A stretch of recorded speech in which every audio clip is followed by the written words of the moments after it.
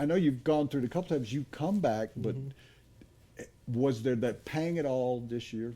Not really for me. I just felt like last year I gave it all I had. You're done. And I'm done. Yeah. You know, it was a tough year injury-wise, and then, you know, being away from the family for me, that's the hardest part. And just, I feel like I could still play, but my body couldn't take the pounding of the every day, the practices, the games. It was hard to recover.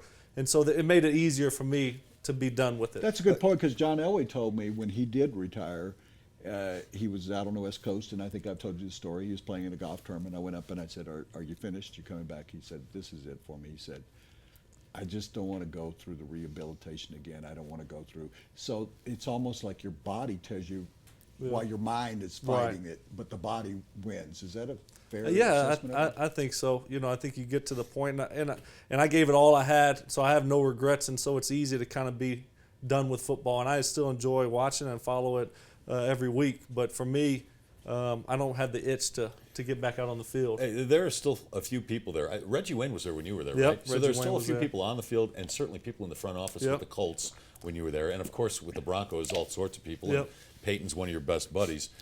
Who do you root for on Sunday? You know, I got to root for the Broncos. I got more friends on the Broncos than I do with the Colts. Actually, And you live here. And I live here, exactly. You exactly. don't want The most toilet important paper in your thing, trees, That's right? Eggs on the front door, Yeah. you know. I don't want that. So I'm definitely rooting for the Broncos. But, you know, one of my good friends is the quarterback coach for the Colts. He was my receiver coach, Clyde Christensen, so I still keep in contact with him. So, yeah, both organizations were great to me.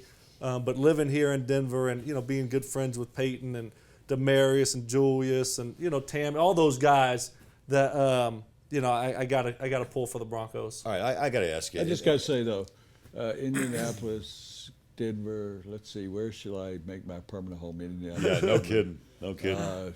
That's kind of what it was. And it's like, Indy has some redeeming values. I mean, Yeah. the shrimp cocktail at St. Elmo's. St. Elmo's is shrimp really good. cocktail, Oh, yeah. sure. And you wander downtown and you think you're in Greece somewhere, and I get lost in all that maze of government buildings and you go, boy, this would have made a great condo complex. They also have Shapiro's Deli.